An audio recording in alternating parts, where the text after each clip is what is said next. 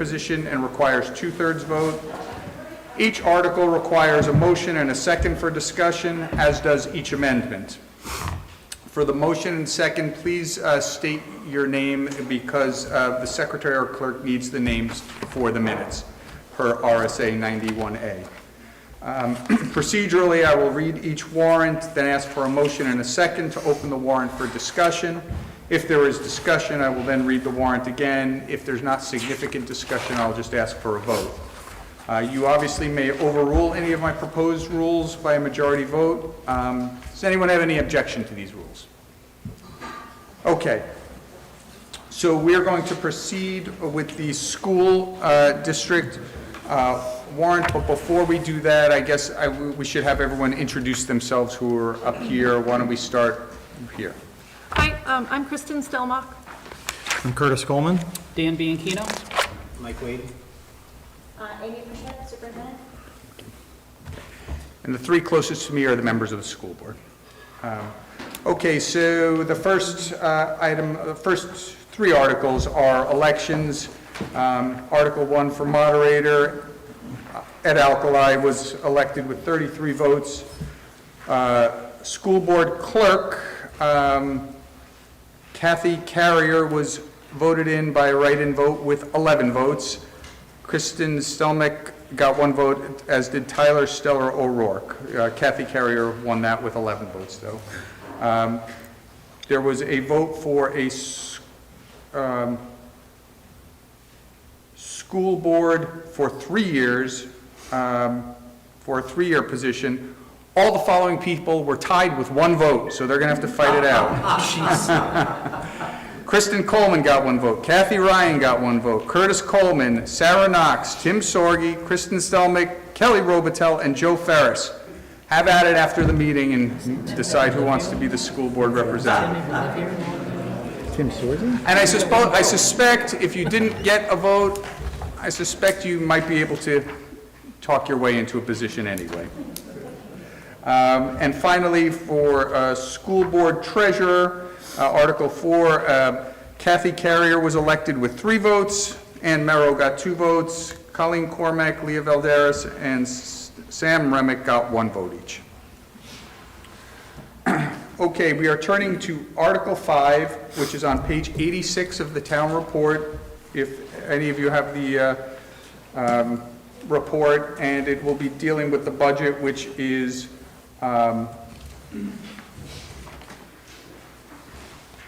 on page 89, I believe. So Article 5, to see if the school district will vote to raise and appropriate the sum of $2,041,186 for the support of schools, for the payment of salaries for the school district officials and agents, and for the payment of the statutory obligations of the district, with $31,000 offsetting this amount from various grants. This article does not include appropriations voted in other warrant articles, and a majority vote is required. It's recommended by the school board 3-0. Do I have a motion to bring this to the floor for discussion? Kathy Golding moves, seconded. And Kathy Ryan seconds. I also have a written proposed amendment that I'm going to read now by Colleen Cormack to the school budget. And this is by Colleen Cormack, amendment to the school budget. To amend the school board services line by an increase of $1,800, $300 per position, for the purposes of directing the school board to revisit stipend amounts and incentivize citizens to fill often vacant roles by increasing the value of their time. Do I have Colleen's made the motion to bring it to the floor. Do I have a second? Sarah has made a second on that. Why don't we start with you, Colleen, and just explain why you've made this proposal. I think most of us who have been here year after year have seen empty ballots for a long time. I was on the school board a long time ago, and the stipend is still the same. So while some positions increase, these stipends of our citizens don't. I'd like to, just what I said in that amendment, is to incentivize people to want to make it, to be worth their time to come out and participate. And correct me if I'm wrong, but although this is just a advisory, you would request that the line 17 and line 21 in the school budget for school board salaries and salaries of treasurer, clerk, moderator, the monies be applied to that. Just so everyone understands, any motion to increase the budget only affects the bottom line budget. It's not, they can't be specified, but that would be Colleen's wishes. So, Ed, do you mind just restating the stipend amount? sure, it's the stipend amount is to increase each position to 300 per position for a total of 1,800. Thank you. And again, that's the 3 school board positions, the treasurer, the clerk, and the moderator. Any discussion on any part of the school budget at this point? You can take some time. It's on page 89, either to speak to that proposed amendment or that is on the floor right now, as well as other items in the school budget. Hold on, Peter. Hold on, Peter. I didn't see you. Okay. We're not talking now, we're talking anything else We are talking the amendment or anything else in the budget. or anything else. I would just like the school administration to explain some of the increases and just go over it a little so everybody is aware of what we're voting on. I know there's always challenges, so. Who wants to handle that? We can give highlights, but so we're not discussing the amendment, we're going to just talk. the budget. Just answer any questions, and then we will vote on the amendment, yeah. Yeah.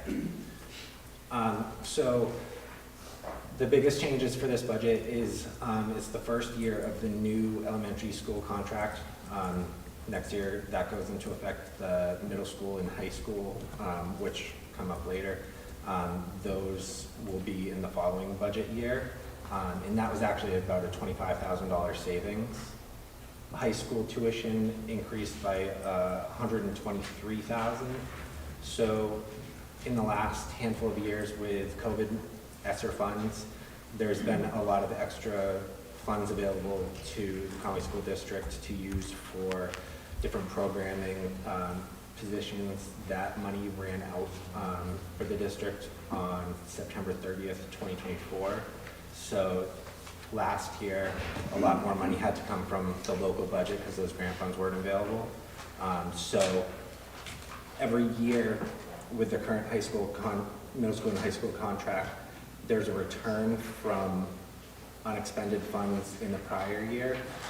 So in previous years, there was more of a return. So this year, it looks like that may be a bigger increase, even though enrollment hasn't changed significantly. Yep. There's an increase of about $95,000 to special ed tuition. That covers specialized instruction and paraprofessionals for individuals based on IEPs. Then the SAU share went up about $3,300. We've taken 2 positions that were previously in the Conway School District budget and moved them to the central office because they have been working for all of the districts. They do all the data, all the network administration, all the protection of personally identifiable information. So that actually was a little bit of a reduction to the Conway tuition, but an increase to the SAU. But other districts are also contributing to that. And then the legal line was decreased $7,000. It had been increased the past couple of years due to tuition negotiations that have been ongoing for the last 3 years. or more. And then line 25, transportation. Next year will be the first year of a 5-year agreement with Eldridge Transportation, who's currently doing the busing services for Albany School District. So that's just an update in rate. And yeah. Thank you. Any other questions, comments about either the proposed amendment or anything else in the school budget?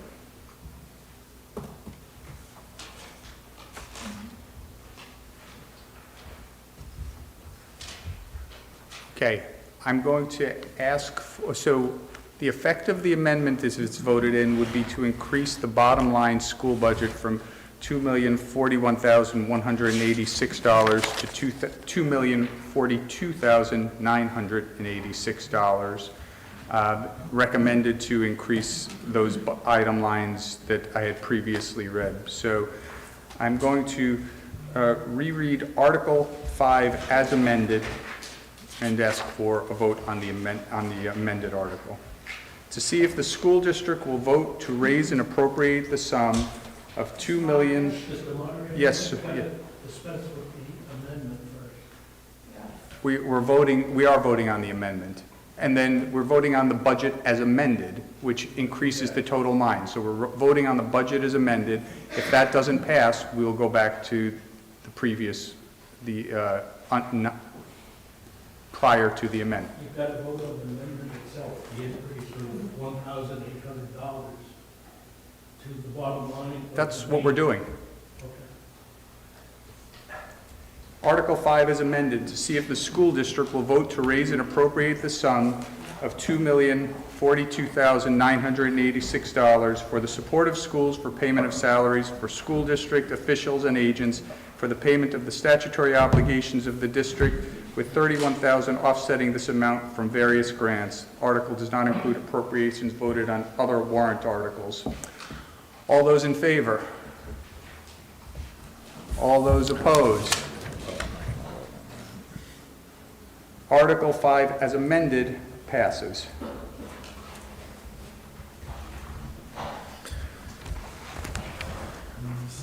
Article 6, to see if the school district will vote to raise and appropriate the sum of $30,000 to be placed in the Capital Reserve Fund Special Education previously established for this purpose. Do I have a motion to bring it to the floor? Caitlin Quint, second. Joe Ferris. Any questions, comments on Article 6?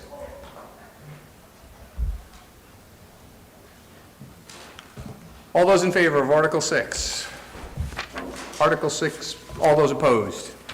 Article 6 passes. Article 7, to see if the school district will vote to establish a trust fund to be known as the General Tuition Trust Fund, to be used for the purpose of funding unanticipated tuition costs, and to raise and appropriate the sum of $50,000 to be placed in this fund. Further, to name the Albany School Board as agents to expend from said fund. Motion to bring it to the floor, Kathy Golding, seconded by Caitlin Quint. Comments, questions? Article 7? Article 7, all those in favor of Article 7? All those opposed? Article 7 passes. Article 8, to see if the Albany School District shall vote to adopt the provisions of New Hampshire RSA Chapter 194-D and become an open enrollment school district under the terms of the RSA. Further, to be party to any open enrollment provisions of the Conway School District to admit students from outside the Conway School District in schools maintained by Albany under RSA 194:22, and further to limit the percentage of Albany resident students attending open enrollment schools located outside of the Conway School District to 0% of the district's total enrollment of resident students in grades K through 12. I do a motion to bring it to the floor. Kathy Golding, seconded. John Eastman. I do have a question. Could someone just please explain Article 8? Yeah. You want me to take that one? Okay. The open enrollment statute cited in this article has been around for quite some time, since 2000, and then again revised in 2009. It was originally interpreted in a way that really didn't have much impact on many school districts across the state.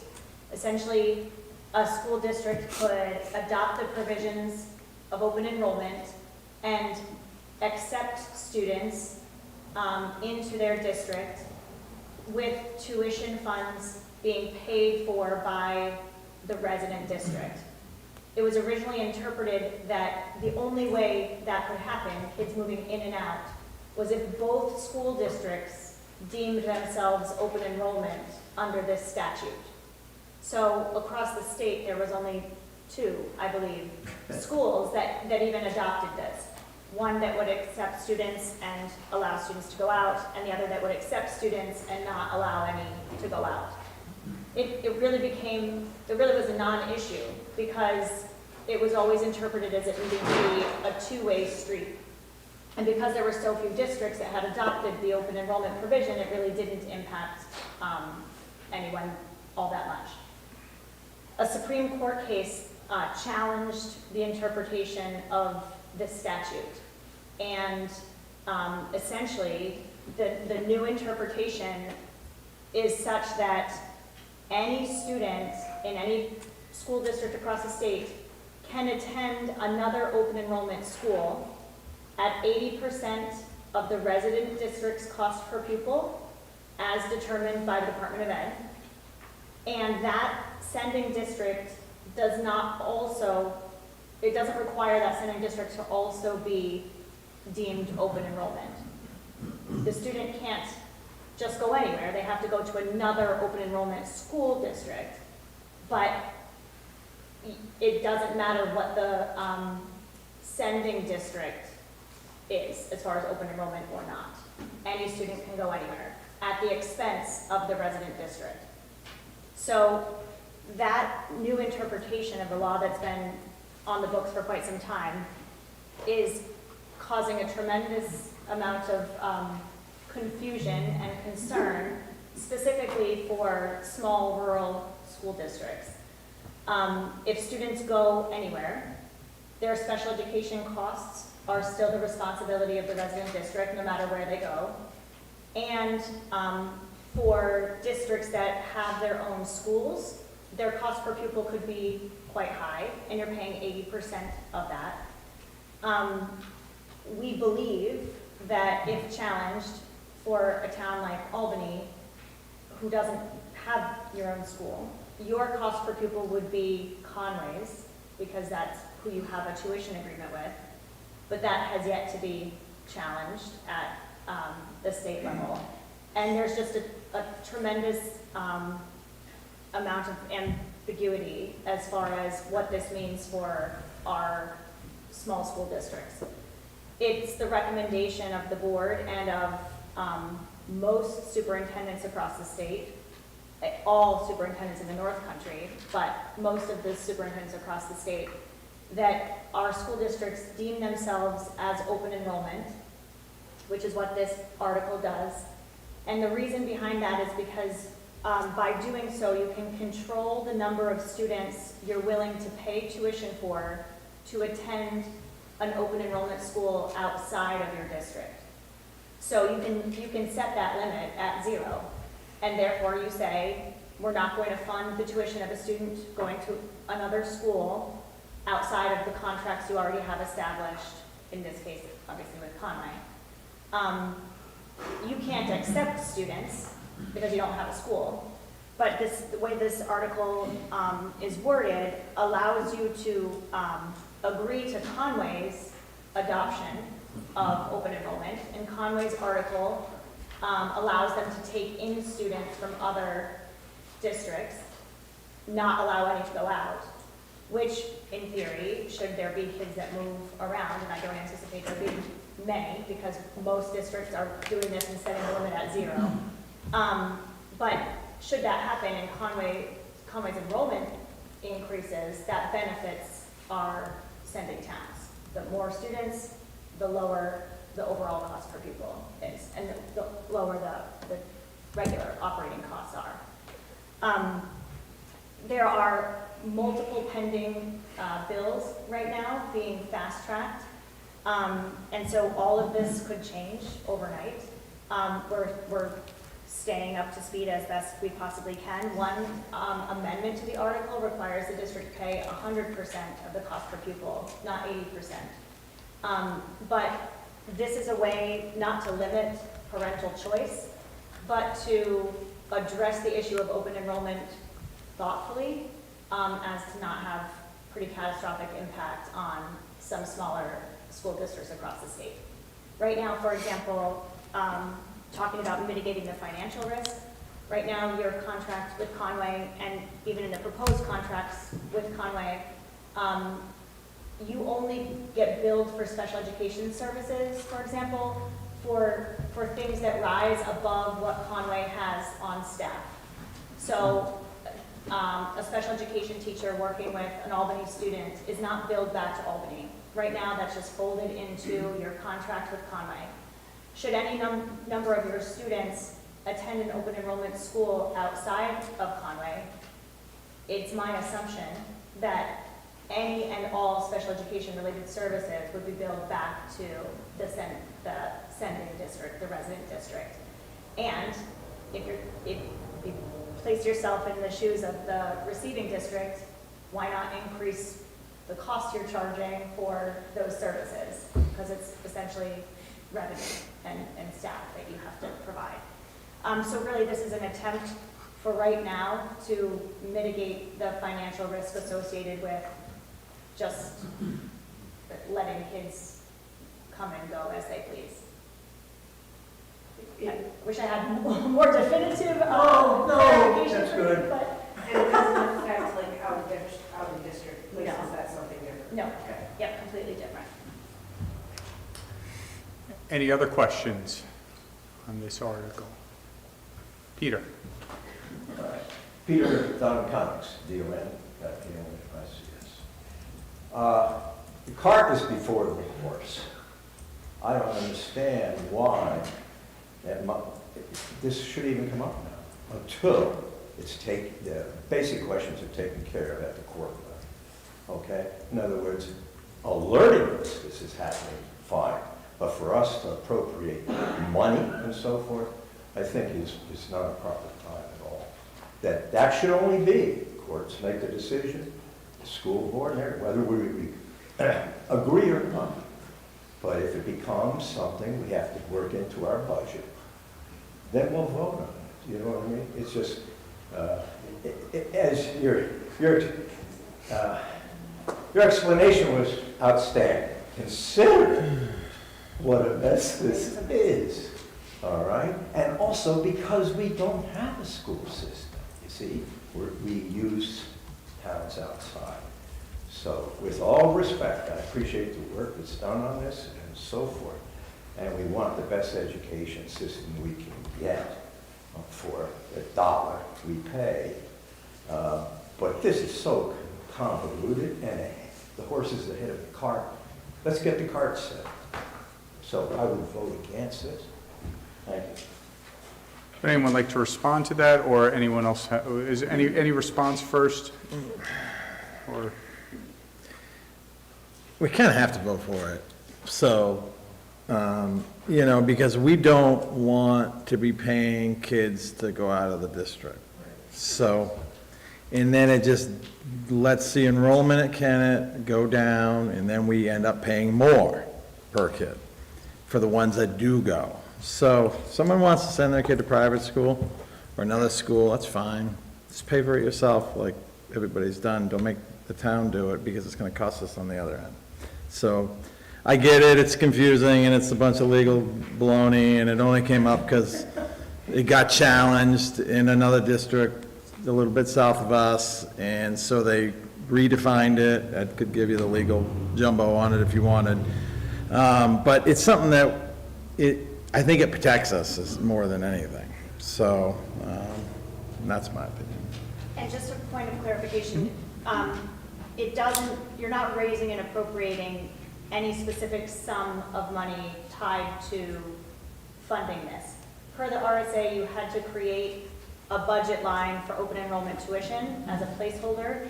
The board placed $1 in that line because you're required to by statute. But if you don't adopt this provision, you would be needing to add money to an open enrollment tuition line in order to fund any student who may go elsewhere. Any other comments, questions? Colleen?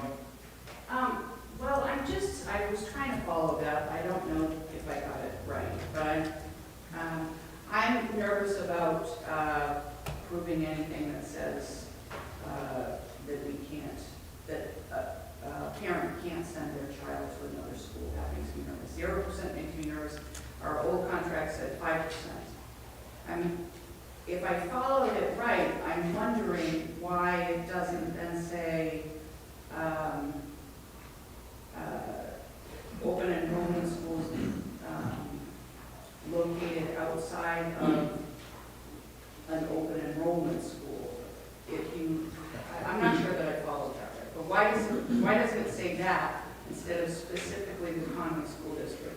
I'm nervous about taking anybody's choices away, and 0% looks very scary to me. I can answer that. So it's not 0% in the sense that, like the current contract that you use for an example. It's that because you're still funding, you're still paying for those kids to go to Conway where you have a tuition agreement. It's saying that parents can still send their kids wherever they want. Like, it doesn't matter. It's just that the district is not going to fund it. So prior to... Okay, Colleen, let her finish. yeah, no, that's it. So parents can still elect to homeschool, charter school, private school, education freedom accounts, things like that. It's just that limiting it to 0 you're basically stating you're not going to fund someone going to another school where you don't have a tuition contract. And does that mean like another public school? Is that? Only, That's yeah, what we're talking other- about. Well, any other open enrollment school in the state, Okay. Yeah, I'm not sorry, outside I of said- New Hampshire. I said private. So. Did you have a follow-up, Colleen? Well, I just know what the contract used to be, that we could send 5% of our students somewhere else if we wanted. Yes. And you still could, That's still just in not effect. under the open enrollment provision. Sarah? I think the difference here is the school district could say, we want to send 5 kids to another school. The open enrollment thing, it would be outside of the official, and it would be, a parent who is just, as I said, we have a lot of choices now, between the freedom account, whatever it's called now, in charter schools. So it would still allow for financial planning. For years, if there's been children who live in the Wattawassett area, we don't make them come all the way up here. We pay tuition to, I don't know, Tamworth or Sandwich or whatever. But where the tuition agreement that we worked on has said, you can send 5%, but that's the school board making the decision on sending kids to another school so that there'd be adequate planning. Because if, this, 80% of somebody else's, what somebody else has voted on in another town can be a lot more money than we have in the budget for all of this. So it's just. Does everyone understand, and correct me if I'm wrong, here's an example I think would be appropriate, and you all can correct me if I'm wrong. Say 5 kids from Conway wanted to go to whatever, the Meredith High School, and assuming they're open enrollment, if they made the decision, the parents made the decision to send them to the Meredith School District, assuming they're open enrollment, the Conway would have to pay for them. Likewise, anywhere else, the Conway would be on the hook for paying it. Is that right? Albany would be on the hook. Albany would be on the hook. Yes. Yeah. Conway School And we District. think it would be at Conway's cost per pupil because Albany doesn't maintain a school. However, Right. that's not really been fully vetted Right. yet either. It's confusing and it's a mess. Yeah. So, but let me just not editorialize. Does anyone have any questions or No, but comments? Yes, I'm sorry. Amalia. I have a question. Say there 5 students from Albany, residents of Albany that go to Conway, decided to go to Massachusetts to another school, put it out of the states, yeah? Who is gonna pay for that, the parents or Conway? And my other second question is, if Albany allow these 5 kids to go to Massachusetts, yeah, to damage the budget in Conway, because the Conway, instead of having a budget for 20 kids, let's say, let's put round numbers, yeah, they are gonna end up with 15. Is the tuition of those 15 is gonna go up because we're sending 5 kids to Massachusetts? Because, I mean, they have to balance. I mean, number-wise, you know, Yes. Go ahead. So, I think I understand the question. So, 5 kids attending school in Massachusetts, unless it was a special education placement, like an out-of-district placement, or deemed a manifest educational hardship, their needs can't be met here, Albany is not responsible for paying for them. That would be on the parent. You're correct, though, that if Albany had 5 fewer students, under current tuition contracts, you pay a percentage of the formula that we use to calculate your tuition is based on the overall percentage of Albany students compared to all of the other sending towns, the total enrollment.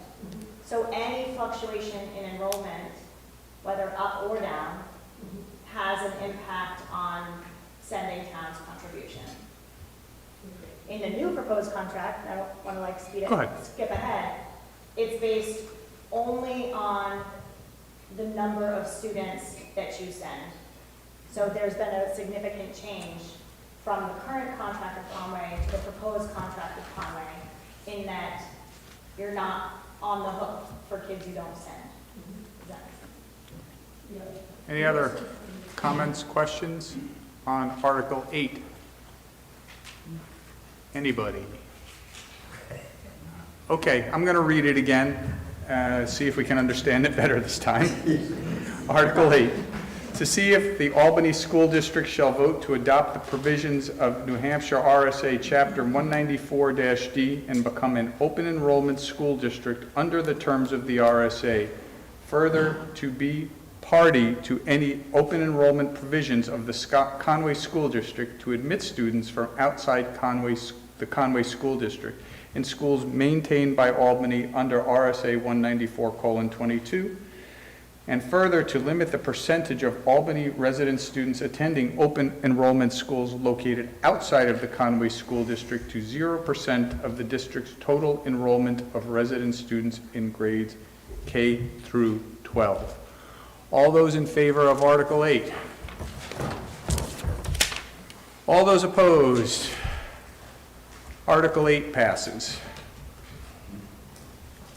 Article 9, to see if the school district will vote to authorize the school board to enter into a 5-year tuition agreement between the Albany School District and the Conway School District for the education of Albany's middle school grade 7 and 8 students as negotiated by the school board, which provides for an initial term beginning on July 1st, 2027 and ending on June 30th, 2032.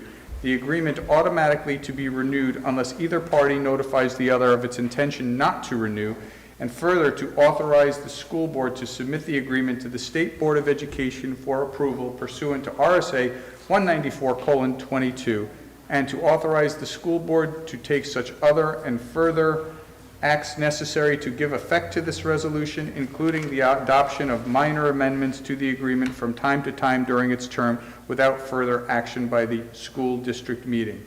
I have a motion to bring it to the floor. Kathy Golding, any seconded? Kathy Ryan. Comments, questions on Article 9? Sarah? How does this differ from the existing one? Is it just pure student numbers? Go ahead. You guys want to- do you want to answer? Oh, sure, yeah, go ahead. So, that's a good question. So the current formula is based on equalized valuation and enrollment. The enrollment, as I said before, is the percentage compared to total enrollment. So every sending district is somewhat impacted by enrollment fluctuations of the other sending districts. This new contract takes the Department of Education's cost per pupil for Conway, backs out some expenditures that districts are already billed for, transportation being a good example for Albany. You already fund your own transportation. That's factored into the number that Conway sends to the Department of Ed. So it's the Department of Ed cost per pupil with some expenditures backed out, so you're not double billed, essentially. And it's that number plus an inflation factor and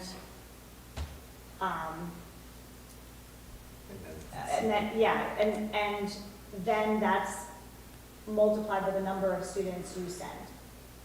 So before, the equalized valuation and percent enrollment really impacted a lot of our towns.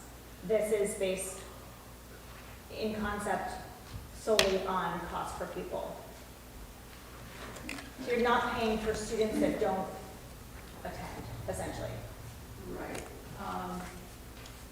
Bear with me here. Sure.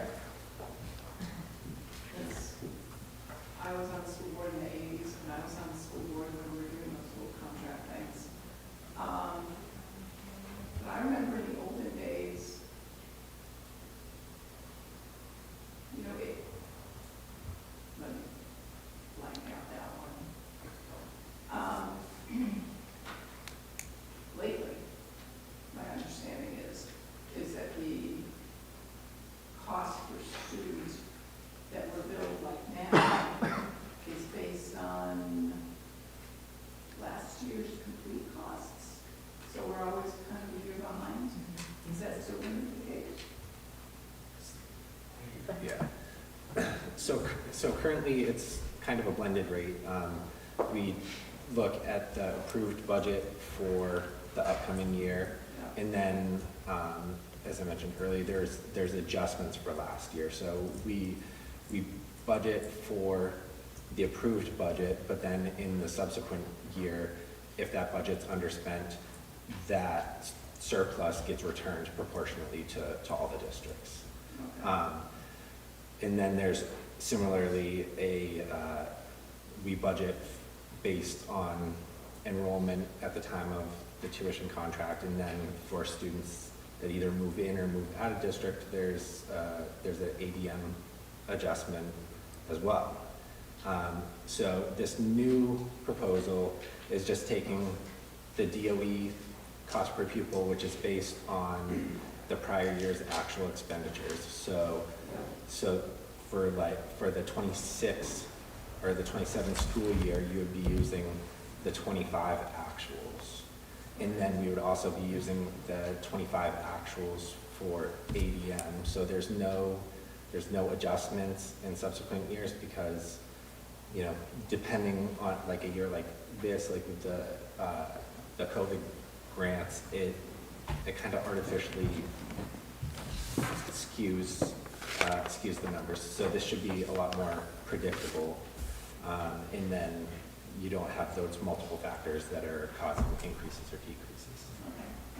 it also lowers the attendance requirement that Colleen had referenced before, to 75%, and outlines several exemptions from that calculation. So you're not held responsible for parental choice, homeschool, charter school. They don't factor in to the 25% that the school district may choose to send for tuition elsewhere. The other significant change is we're going from a 20-year agreement to a 5-year agreement, so that's another significant difference. It's not, we had a pretty good deal, Albany did, as far as, this whole thing goes, and you guys see what the line item budget is. It's obviously our biggest expense in the town. But it's changed us to now we kind of have a little bit more of a fixed thing. And as we all know, we just got reevaluated our whole town. So our numbers had changed anyway. So it is a little bit of an increase per student, but it's manageable with our evaluations going up and our enrollments. And it just takes all that out of there because we're a little bit transient. So as a town, sometimes kids come and go, but this gives us a number that we can just kind of plan on as much as we can plan, because special education stuff might, as you know, we can spend a lot of money on that. But it's not, I mean, we went from kind of a pretty good deal it's a fair deal for Albany, and Conway needed to have something to go back to, they had to have a fixed, everybody kind of had to pay the same, all these sending towns, to be able to get everybody on board. And I think this was a way that they did it. I didn't love it as far as the way we got kind of thrown at us, but that's kind of the way it works. And I mean, it's not gonna, I don't see it making huge changes to what we spend, I'm hoping, so. Any other comments, questions, anything? If it's all right with everyone, I won't read that one again, and I'll just ask for a vote. All those in favor of Article 9? All those opposed? Article 9 passes. Article 10, to see if the school district will vote to authorize the school board to enter into a 5-year tuition agreement between the Albany School District and the Conway School District for the education of Albany's high school grades 9 through 12 students as negotiated by the school board, which provides for an initial term beginning on July 1st, 2027 and ending on June 30th, 2032. The agreement automatically to be renewed unless either party notifies the other of its intention not to renew, and further to authorize the school board to submit the agreement to the State Board of Education for approval pursuant to RSA 194:22, and to authorize the school board to take such other and further acts necessary to give effect to this resolution, including the adoption of minor amendments to the agreement from time to time during its term without further action by the school district meeting. I have a motion to bring it to the floor. Kathy Golding, seconded Kathy Ryan. Comments, questions, Article 10.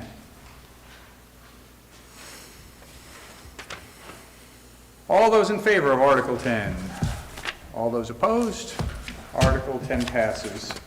And Article 11, to transact any other business that may legally come before this meeting. Does anyone have any comments, questions about anything related to the school?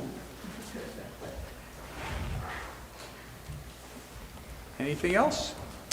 All right, I'm going to conclude this meeting, and we will take 5 minutes to get ready for the town meeting, and it'll follow right up afterwards, okay? Thank you, everyone. Thank you. Let me just,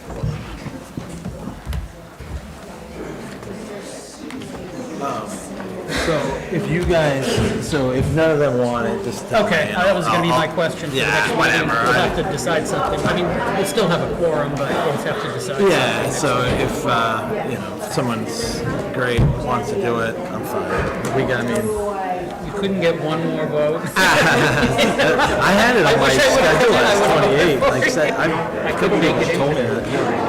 I don't really pay attention to the school board, because I was originally appointed, then I got reelected, but I think I've done it that long. Yeah, Oh, I can't even remember that. I've been doing it for a while. I mean, I was doing it when we were running around, going to all the different schools, trying to see if we could send them someplace else. You know, we went to Freiburg, we went to Freedom, we went to visit Madison, went to all these different places. So I don't know. Well, at least at least No it gives one it a will little want it, stability. you'll be seeing me, so, I mean, if what, I mean, the other people, who were the other people that got voted? they were just all right, so you gotta vote. You gotta vote, so you're gonna be both?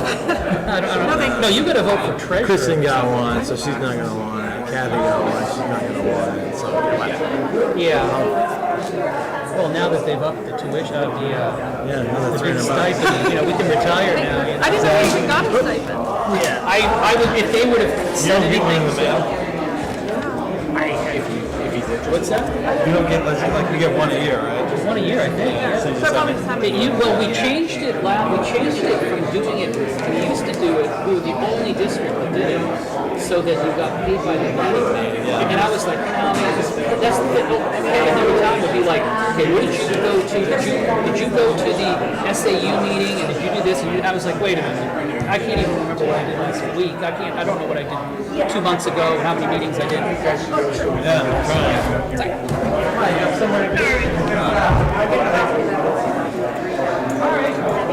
Christine courtesy. Cheryl sent an email earlier with a pre-approval. We didn't print it out because it's just email reply and say okay to that. And then print the checks.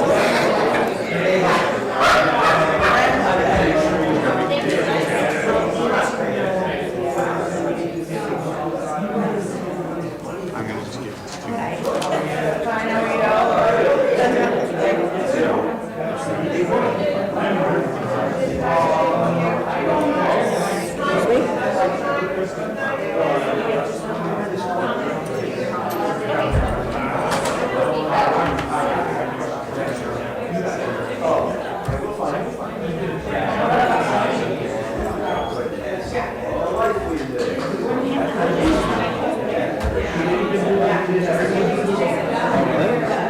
So the way this is worded, it's really giving the selectmen discretion to use $15,000 to put in, whether it's trustee of the trust, so, whatever position they want, whatever they want, okay. So it's not directed toward anything specific, it's just saying, okay, got it. I don't think so. Let's see.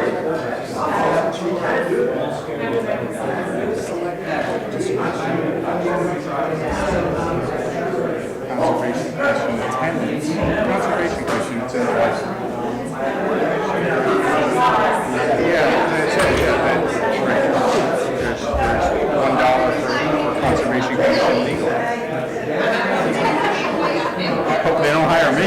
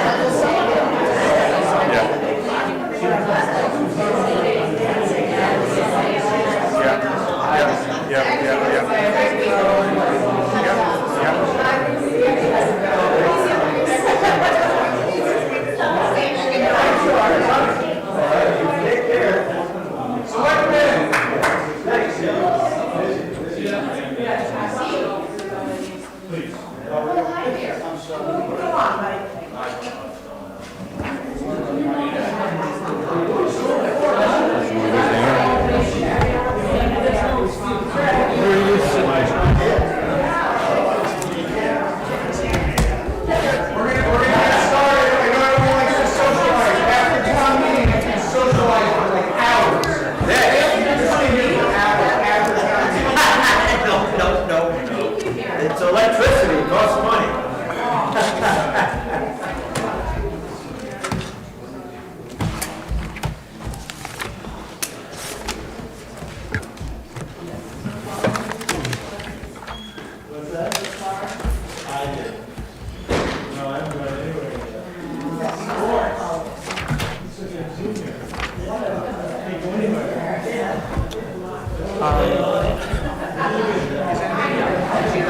Like, is it release?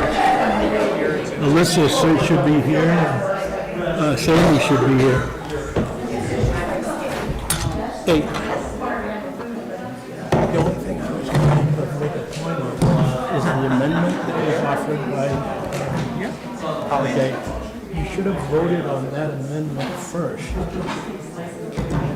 You always take care of amendments first before you go to the main motion.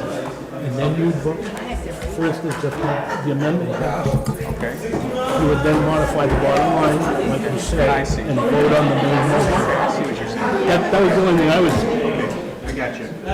We're gonna have the same thing with this, so we'll see what happens that way. let's do it.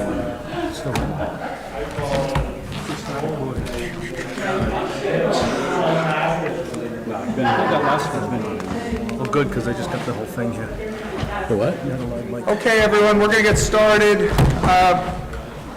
Before we get into the meeting proper, I'm gonna just have everyone who's up here introduce. I think everybody knows them, but why don't you, Kelly? Why don't we start with you? Kelly Robitel. Rick Highland, Selectman. James Drone. Elisa Haynes, Town Administrator. Sandy Bernard? Article 1, to elect all necessary officials. These are the results of the votes. For selectmen, Kelly Robitel won with 36 votes. No other votes. For moderator, Ed Alkali won 40 votes, no other votes. For supervisor of the checklist, 2, Joe Ferris and Ann Marrow got 3 votes each, and they were elected by write-in. Others receiving votes were, one vote each, were Roderick Henry, Sandra Vizard, Sarah Knox, Ron Ryan, Lisa Robitel, Kyle Druin, Kim Guptill, Colleen Cormack, and Sherry Coleman.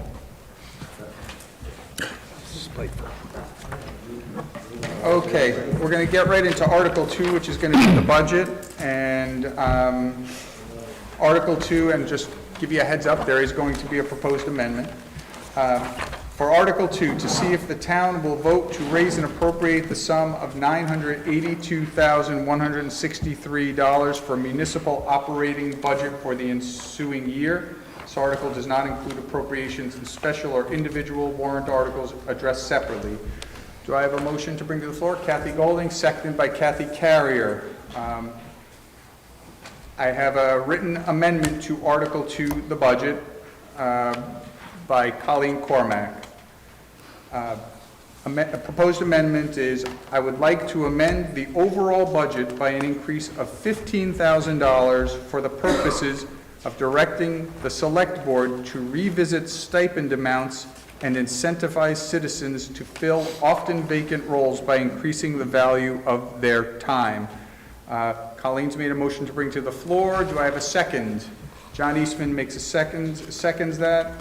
Colleen, I'm going to ask you to speak to the amendment first. Sure. That number was less specific because there's so many stipend roles, and I know they are often different on different boards. I think some boards pay a stipend for meetings, some it's the entire year or something along those lines. But I noticed, both school and town, a lot of the stipends have been the exact same for decades. Some have changed, some have decreased or disappeared, but I just wanted to give the selectmen, just a recommendation if the town is agreeable to try something different that may increase participation. Okay, thank you. Any comments or questions just on the amendment?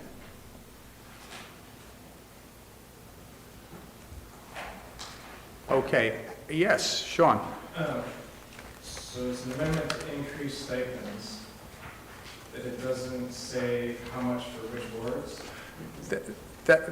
That's correct. It's as you know, any increase to the budget just goes to the bottom line of the budget, and then it's up to the select board to determine where that is. Colleen is recommending that, and correct me if I'm wrong, Colleen, that the select board use that extra money, if it's voted in by the town, to increase, in their discretion, various payments for various roles in the town. Yes? would the select board speak to how they would plan to distribute this, should it pass? Well, the select board, they just got notice that this was happening, so I don't think they've put a lot of time into it. So I think, We're gonna split it amongst the three of us. I'm only kidding.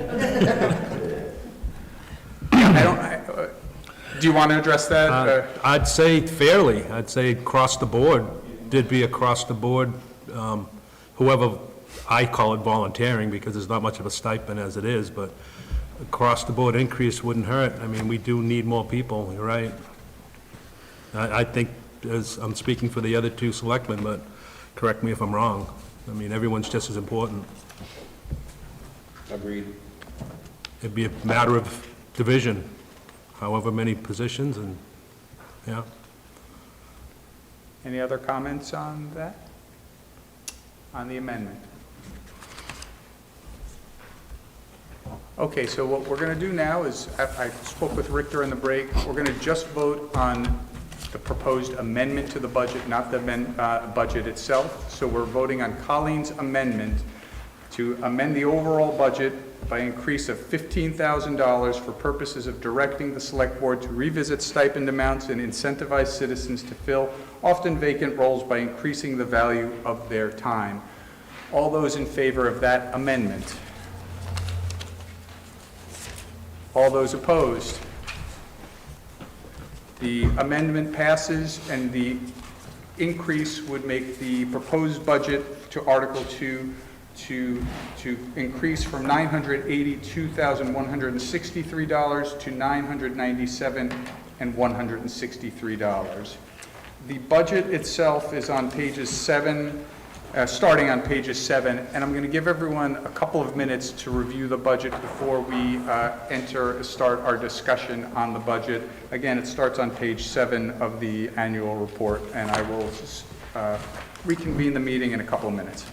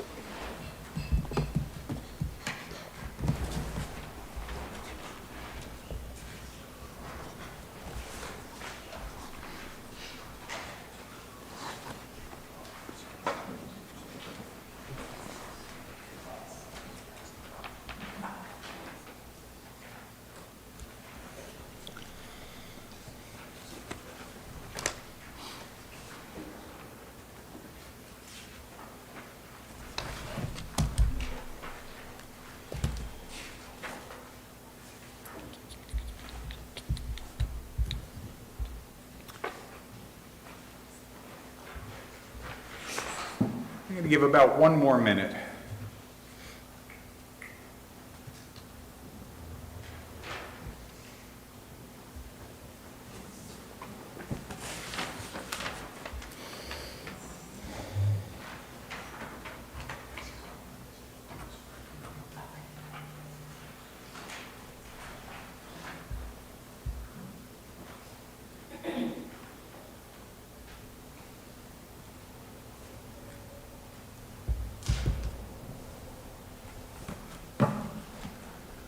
Okay, so the budget has been, there's been a motion and a second to bring to the floor for discussion. So does anyone have any questions, comments about the budget?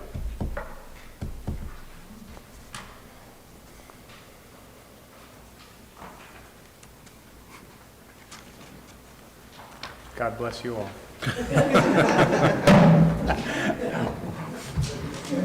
All right. All those in favor of Article 2? All those opposed? Article 2 passes. Article 3. Ms. Martin? Yes, sorry, go ahead.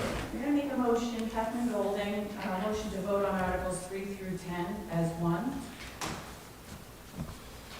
Okay, there's been a motion to vote on Articles 3 through 10 to discuss them all as one, and vote on them all as one. Do I have a second? I'll second that. Kathy Ryan.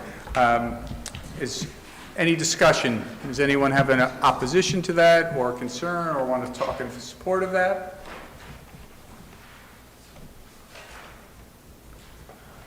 Okay, I'm going to ask, the motion has been made to discuss and vote on Articles 3 through 10 all together. All those in favor? All those opposed? Okay, that passes. So what I'm going to do now is I'm going to read all 7 articles, 8 articles, and then I'll ask for a motion to bring to the floor, second, and then we'll discuss all and vote all. And if anyone wants to break anything out during the discussion, that if there's some big disagreement, we can do that. Article 3, to see if the town will vote to raise and appropriate the sum of $10,000 for deposit into the Bridge and Culvert Expendable Trust Fund previously established, with $10,000 to come from the December 31st, 2025 unassigned fund balance. Article 4, to see if the town will vote to raise and appropriate the sum of $50,000 for deposit into the Highway Expendable Trust Fund, with $50,000 to come from the December 31st, 2025 unassigned fund balance. Article 5, to see if the town will vote to raise and appropriate the sum of $50,000 for the purpose of continuing the maintenance and pavement of Albany Town roads, with $50,000 to come from taxation. Article 6, to see if the town will vote to raise and appropriate the sum of $6,000 for deposit into the Reevaluation Expendable Trust Fund previously established. Article 7, to see if the town will vote to raise and appropriate the sum of $1,000 to be added to the Chapel Capital Reserve Fund previously established.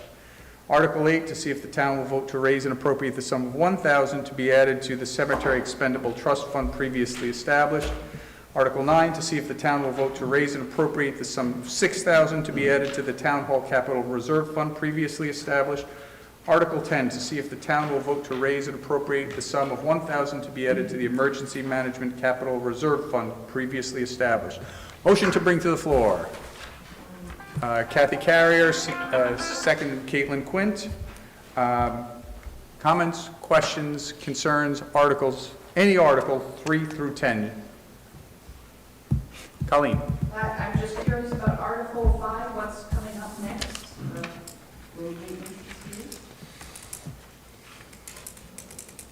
Just what's up, what's next on the list? I'm just curious. Well, so we cut that, usually we do $100,000, so we cut that this year to 50, and we're gonna do some paving on Passaconaway Road. So it's minimal this year, So just pass it on. Yeah, Passaconaway, and then when we kind of get out of the, we get past where we are right now weather-wise, we'll kind of see where we are, because our roads sometimes react differently over the winter. But our biggest need right now is the Passaconaway Road. We paved Stacy Lane, and we paved Old Colony, and most of the roads are in pretty good shape. There are some parts of Baldo Road that need it, and then, Wildwood's got paved out. So, yeah, that's about it. It's more just maintenance. Paving's got so expensive, so I think 5-6 years ago, we started really hitting the paving budget harder, because it was so hard to just bring it out of the regular municipal highway funds. So, that's it. Any other questions, comments on any article 3 through 10? Colleen. I'm just curious about Article 11, what work's going to be done? Article 11, we're not talking about Oh, yet. we're not, sorry. Articles 3 through 10.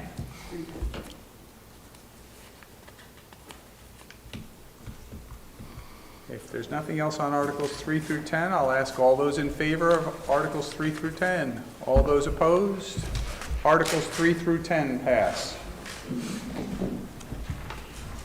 Article 11, to see if the town will vote to raise and appropriate the sum of $11,000 for remodeling and minor construction of office space and storage space in Town Hall Conference Room, with $11,000 to come from a December 31st, 2025 unassigned fund balance.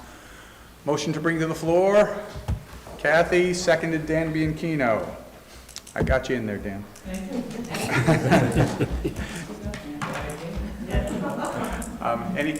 Colleen, you had something on this, right?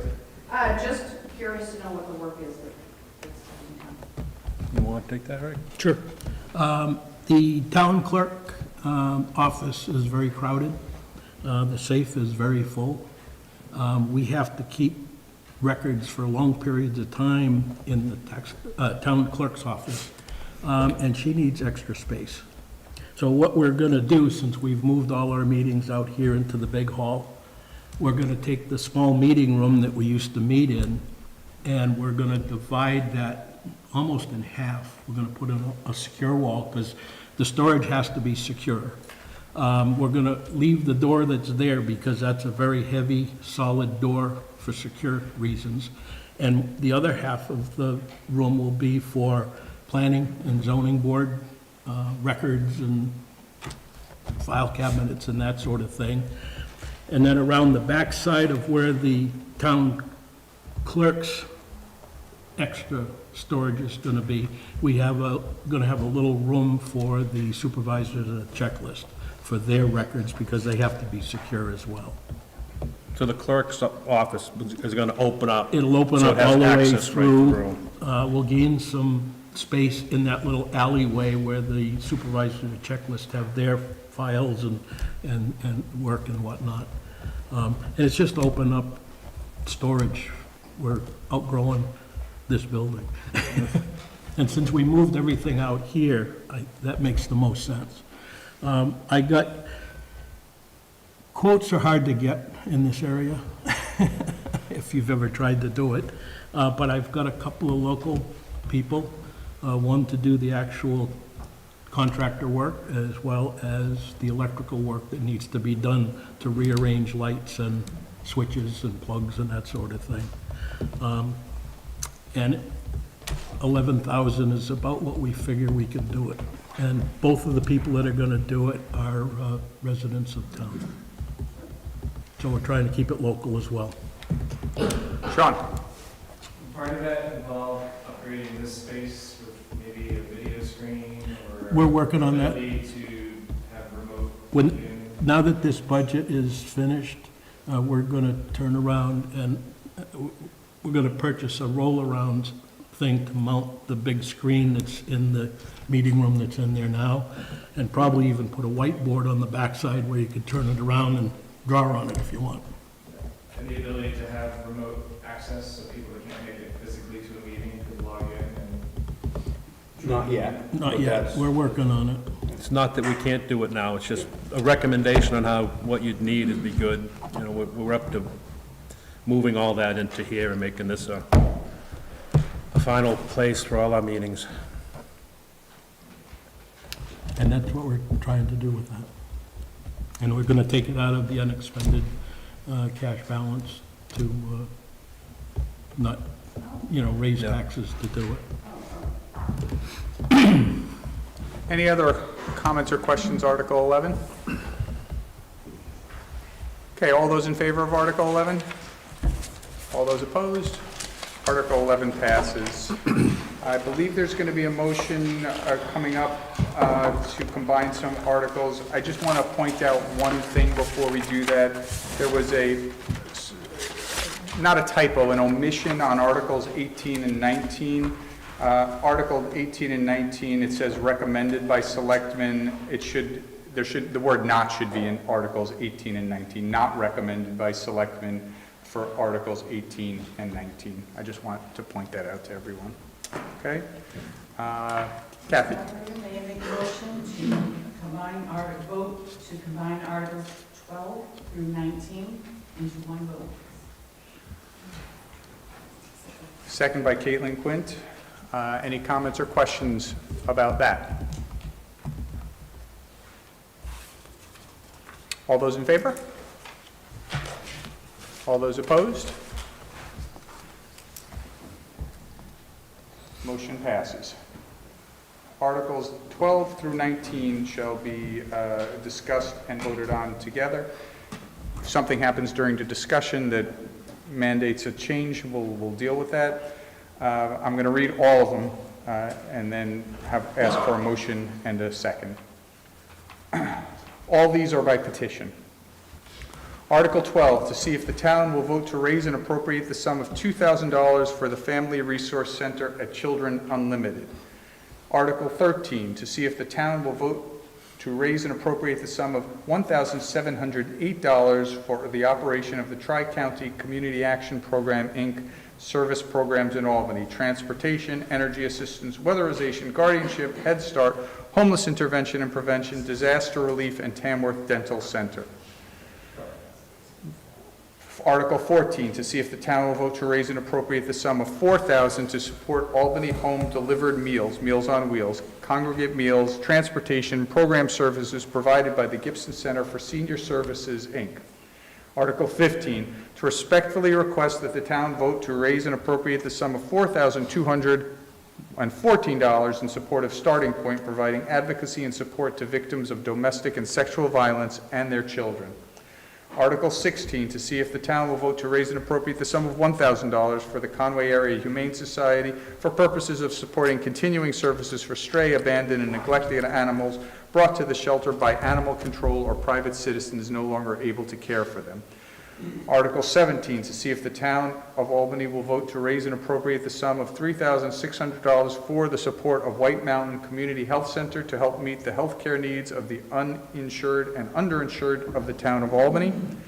Article 18, we, the below registered voters of the town of Albany, do hereby petition the 2026 annual town meeting to raise and appropriate a sum of $3,000 for Waste Station for the purposes of continuing to provide safe, welcoming, non-judgmental space and supportive services for the homeless and housing insecure of Mount Washington Valley.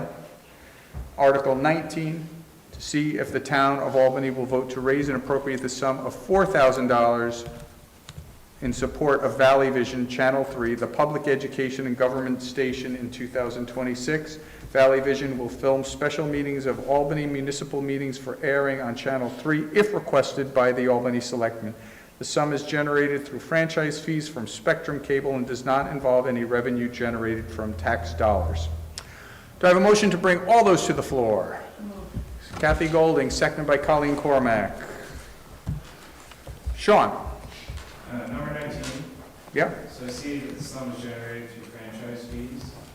If this were not passed, where would franchise fees go? To reduce taxes. To reduce taxes. Go in the general fund. It's,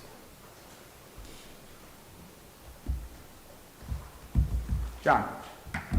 Since we're talking about 19, my calculation on 4,000 is 2 cents. Is that about right? 2 cents per thousand. So on a $500,000 home is a savings to the taxpayer of about $10. So $4,000, which is not coming only from the people that use Valley Vision. I would recommend that people go for it because a lot of people like to see what they're showing. Rick? I have never supported this, as you all probably know, and I just don't believe that the property taxpayers should be paying for somebody to watch television. Franchise fee is given to the town under contract from the cable company to put its lines on all our telephone poles and our right-of-ways. And it's given to the whole town, not just for the people that watch Channel 3. Kathy? Kathy Golden, cable franchise fees are paid by cable subscribers who would be the ones watching Valley Vision on Channel 3. There is online access. You don't pay the fees. You don't have to watch it through cable, but a lot of people do enjoy watching what Channel 3 has to offer, and I hate to see it go away. $4,000. If you choose to offset it with the cable franchise fees, cable franchise fees accepted last year were over $5,000. Television's asking for $4,000. I think it's a good swap. Sarah? Just a question to Valley Vision here. How much do you have up on your website that you can watch? Could you just stand and just identify yourself? You're not a... Bill Edmonds, Station Manager, Channel 3, not a resident of Albany. I'm sorry, can you say it again? What's your question? Oh, how much is on your website that people would watch Well, we stream everything, we do, so if you look at the Daily Sun and there's a show on at 7 o'clock, you can go on our website at 7 o'clock and watch it.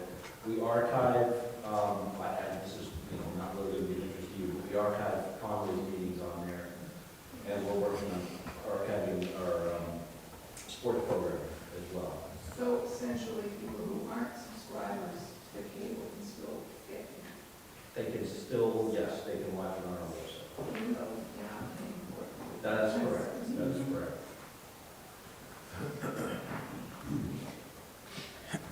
Let's stick with Article 19 for a minute. Anyone else have comments on Article 19? Okay, any comments on any other article? Yes. Kathy Carrier, just Article 18, I don't know if I've missed this in previous years, but what is Way Station? Exactly.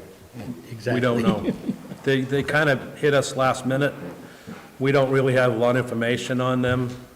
They didn't come to the budget hearing, they haven't come in to speak with us, so we didn't have a chance, and we're not supposed to go check these people out. They're supposed to come to us with their information, and we didn't get anything, so without knowing their intent completely, it was hard to back at. Sarah? Yeah, I might get some of this wrong, but Way Station is in the Lutheran Church in North Conway. They help homeless people. They don't have homeless people stay there, but they can come in and, I'm pretty sure, like, take a shower and check their email and things like that. It's been written up a lot in the local paper and things. I have a friend who gets money from all the time, who's very strong about it. Particularly with the cost of housing, I think they probably give out tents and things like that. Caitlin? I would like to introduce Karen Albert. She is the executive director for the Way Station. So I'm not sure I did it right. You did very well. I didn't want to stop. Karen, are you a resident of Albany or not? No. Okay. I'm here to speak if you'd like, and I would like to clarify, and thank you. My name is Karen Albert. I'm the development director for Way Station, and this is our first time coming to Albany. We pretty much add another town each year because we're spreading farther within Carroll County. Our major services are in Conway, and then second is Ossipee, and everything in between, we are able to reach those scopes. We did submit an application. I'm sorry we weren't here for the budget meeting or the selectmen's meeting, and I'll do better next year for that. But I did want to mention that in 2024, 7 residents of Albany out of, I don't have the total, sorry, of our 400 that we serve were homeless, and that was 2024. 2025 went up to about 11, and the services provided to Albany in 2025 is 37 services. And what that means is the services that we provide are individualized based on the person's needs. That could be receiving their mail because they don't have a place to pick up their mail.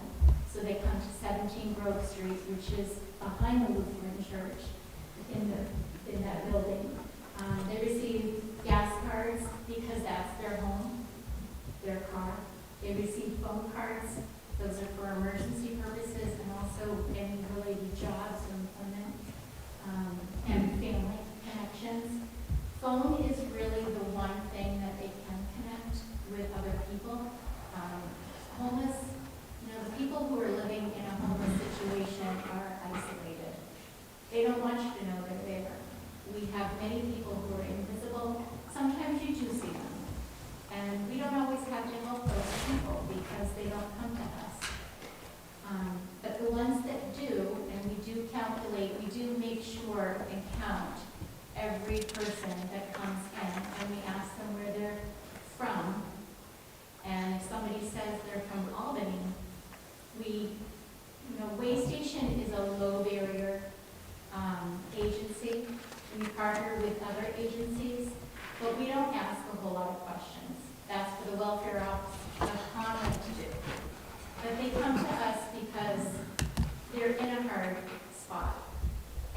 they just need a helping hand.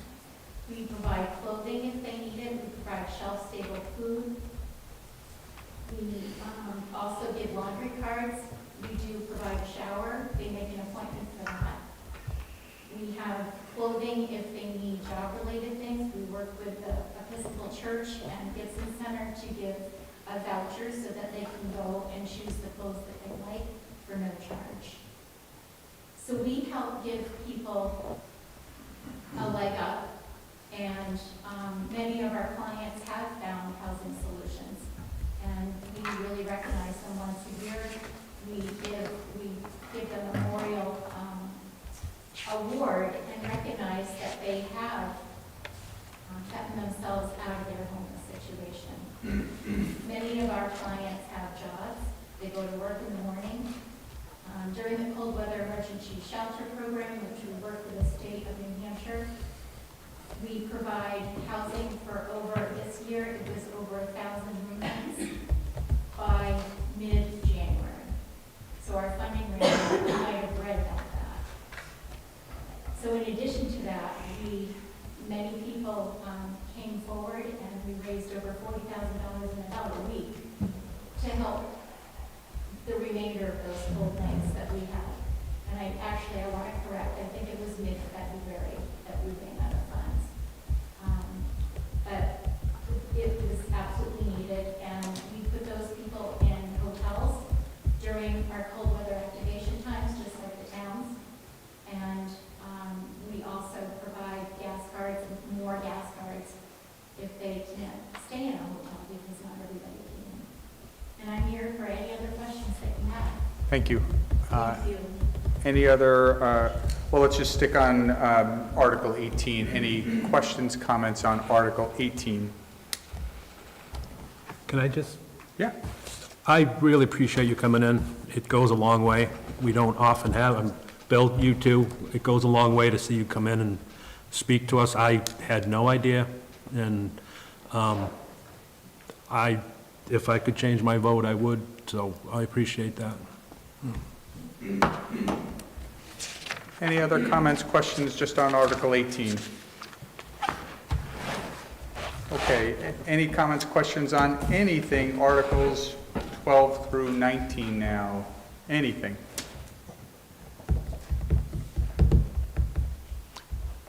Okay, I'm going to ask for all those in favor of passing to raise your... All those opposed? Articles 12 through 19 pass. Article 20, tacked on any other business. Does anyone have any other business? Sean? Sean Bosworth, I'm on the planning board chair, also on the zoning board secretary and the conservation commission. And I can say that we're looking for members on all of them. So anybody looking to dive in and work on your civic duties, learn how things go, or if you might know someone that might want to join, contact me or talk to anyone else on any of these boards. Again, it's planning board, zoning board, and conservation commission. Zoning board meets almost never. April 17th. Yeah. This year. Zoning board meets almost never, but it needs to have a full membership such that should we get called to meet, we can meet and do the town's business. We're lacking, I think, 2 members right now, so it might even be defunct at this point. Planning board is looking for an alternate, and I believe the Conservation Commission is looking for 2 alternates. 1 alternate. Anyways, all of those organizations looking for all these citizens to join in and do the best part for the town from the inside out. So that's that. Thank Just you. a public service announcement. And based on our earlier vote, there might be substantial raises.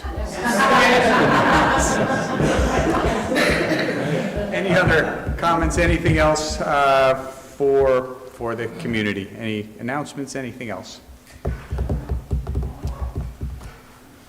Well, I think that he's not he's not an Albany resident, but David Weathers passed away not that long ago, and he'd been involved with a million things. kids' sports and all the stuff at the fire department and stuff at the town of Conway. So he's been a true friend to a lot of us and to the town of Albany for years, so we should just acknowledge that. Yeah, thank you, Curtis. Yeah.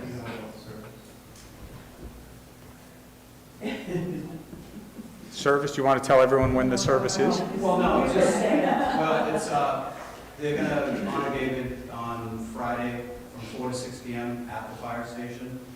People will come in the back where the meeting room is, and then exit out into the big bay. They're gonna have the trucks out, they're gonna have food, and Caitlin is involved in that, as being part of the association, so it would be nice. I think we'll have a good turnout, but it would be nice. I agree with Curtis.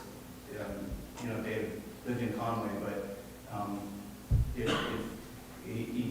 went to thousands of rescue calls, thousands, and fires and all of that, and not just Conway, but Albany. So he was a great public servant, and we hope people will come out and honor him. Thank you. Anything else? All right, thank you everyone for coming out. I'm going to close this meeting, and I appreciate it, and hopefully some of you who are not involved will start to get involved. Thank you. Thank you all. Meeting adjourned.